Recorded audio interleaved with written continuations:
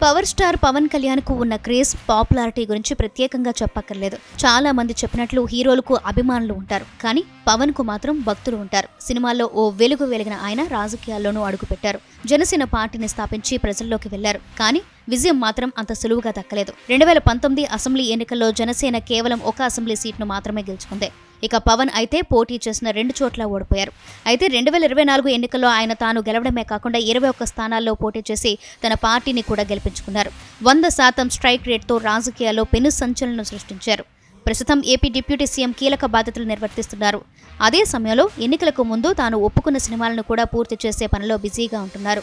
అయితే పవన్ ఇలా సినిమాలు, రాజకీయాల్లోకి రాకపోయి ఉంటే ఏం చేసేవారో తెలుసా? తెలియాలంటే ఈ స్టోరీ చూసేయండి. రీసెంట్గా ఓ సీనియర్ రిపోర్టర్ పవన్ సినిమాల్లోకి, రాజకీయాల్లోకి రాకుంటే ఏమయ్యేవారో చెప్పారు.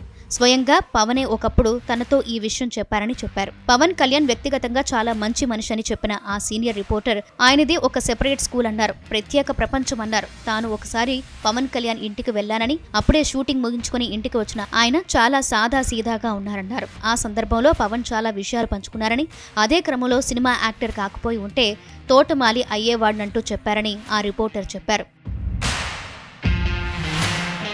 అంతేకాదు, పవన్ తనకేం రాదని చెప్పారని, సినిమాల్లోకి రాకపోయి ఉంటే ఒక నర్సరీ పెట్టుకుని హాయిగా మొక్కల మధ్య గడిపేవాడినంటూ చెప్పారన్నారు. అయితే ఆ రిపోర్టర్ చెప్పిన మాటలు ఇప్పుడు నెట్టింట తెగ వైరల్ అవుతున్నాయి. అందరినీ షాక్ అయ్యేలా చేస్తున్నాయి.